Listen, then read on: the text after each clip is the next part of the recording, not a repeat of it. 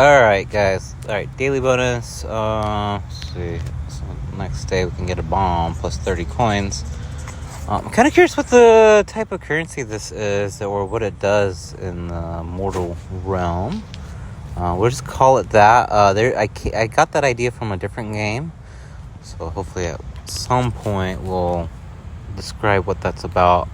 Let's just keep playing and then we'll fill out all the 2 stars here. That way we can have some fun.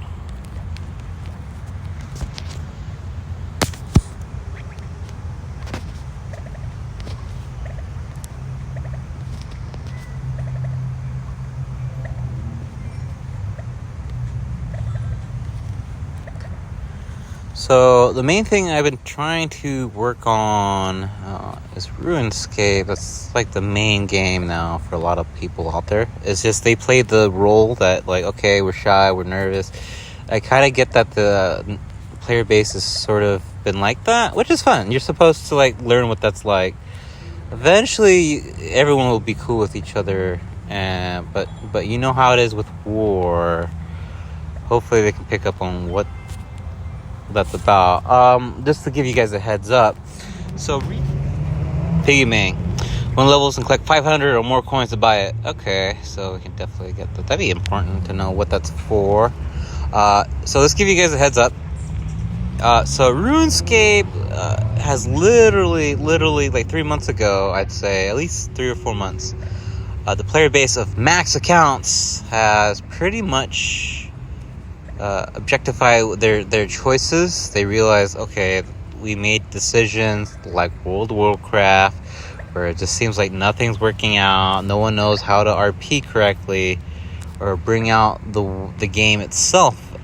So knowing that the noobs that are playing the game, it seems like the ones that are long-term users, it seems like what ended up happening is they would run into an area. Like for myself, I would, fight certain bosses. But knowing if you fight a boss, you're not supposed to, was the thing that I picked up on. You weren't supposed to solo all these bosses. You know what you're supposed to do with the clan or all your friends was fight a lot of the monsters that Ham had. So Ham would pretty much, HAM, which I forgot what that stands for. Basically, it just meant that you would take out monsters throughout the game. And some people had emotions like that. There were certain ones that you're not supposed to, right? Which would make sense depending on what quest you run into or how you would RP through the event. Now, RP doesn't necessarily mean it's just made up. It basically would be play out through the events of the game, mostly on the fact that the new community realized there's virtual levels. Virtual levels means you pushed your account so much that you don't know what it was for or why you would level up. So like for blacksmithing, you're only supposed to collect 1 XP max, or like 1 to 3. If you get like 3 at a time, you might level up too quickly. And also you have to relate it that it's based on a VR kind of game. So basically what that means, your in life body starts having a reaction to the items you end up collecting. So if you kept doing agility and you pretty much tire yourself out to the point that you're just not capable of doing it anymore, because there's certain skills that people would go into, and why would they stop? Well, the reason why they stop is because lack of energy they have in the real world. They don't it's not that they don't do anything wrong, it's the fact that they forget to supply on water or energy drinks, especially coffee. I'd say would be like the number one problem that you guys are having. You guys would end up having lack of sleep or too much sleep, depending on what you end up working on. So my main problem for you guys is not to listen to a max account. They need your help. They want you to lead them. A lot of them ended up realizing that, okay, the fortress of a boss or maybe there's certain adversaries that you work down the chain. There's a lot of things that are not unlocked in the game because you have to do it with a group setting. So, I could give advice on how to do that, but again, you guys would take those choices and use it against me in a clan setting, which is fine, but pulling out information from, let's say, a clan leader wouldn't be the best option. I mean, maybe down the future I could give advice as to what would be needed. So ending up being that, all right, so if you're trying to build a clan, try to understand that just even having a clan flag could definitely set a vibration, I'd say, for certain players to join you. See, the thing is, you got to understand, what is the player trying to accomplish, and is it time for certain things to occur? So reading into a mortal instruction manual would definitely help the clan out.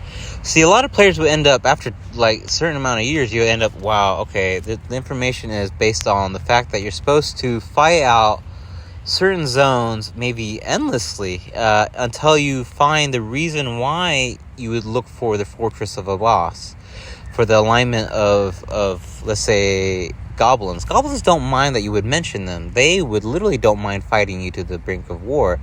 There is strong details that Goblin transforms into a orc. So that's information I found, that how does one transform them would be, okay, you'd definitely be an adversary as to why would someone have that type of information.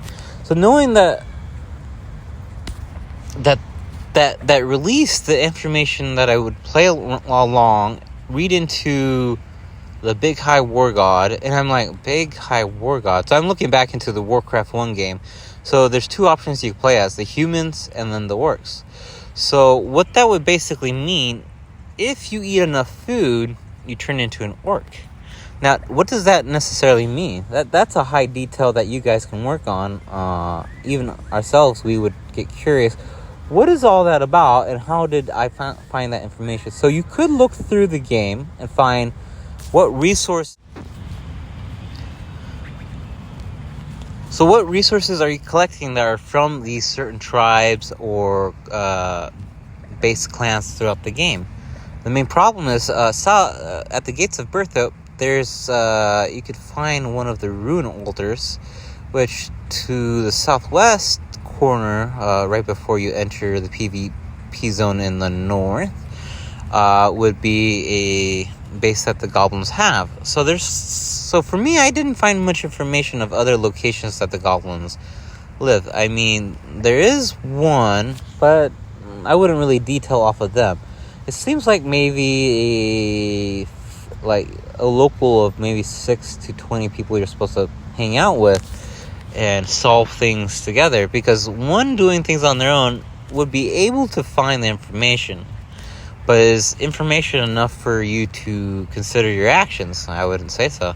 So there's a lot of works that need to get involved with the clan, right? There's a lot of involvement that would require to pull some strings.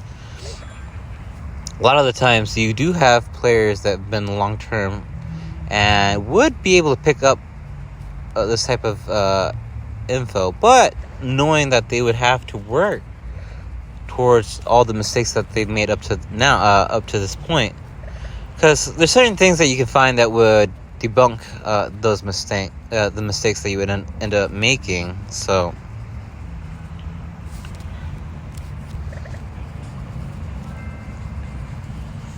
more details of that type of game will surface.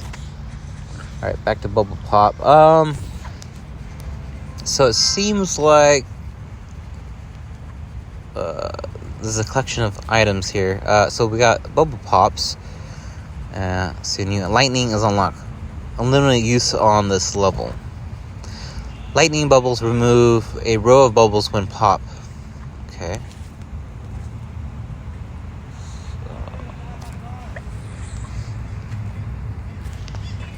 Removes everything in its way.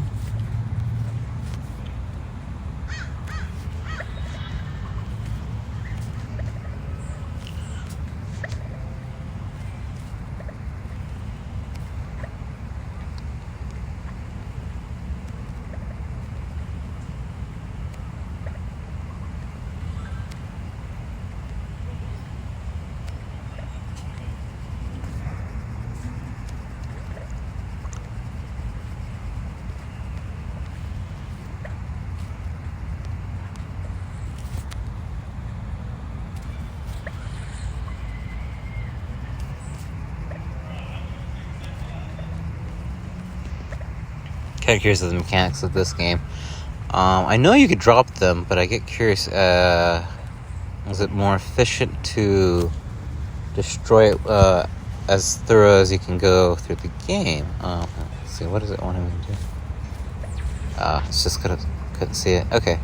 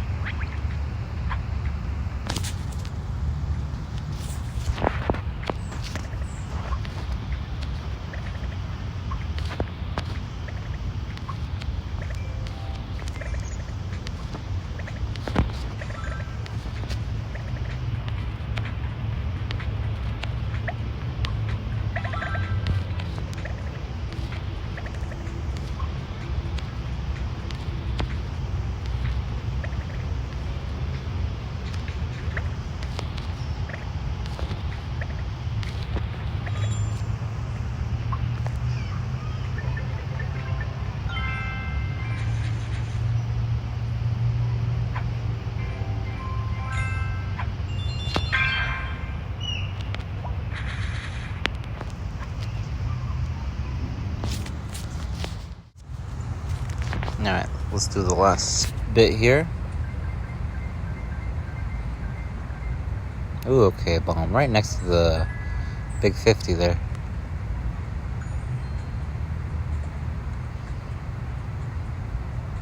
Jackpot. Oh. Interesting. Alright. Sign in to save your progress and continue playing on any device. We'll do that another time. Alright, guys. Tune out. See you in the next episode.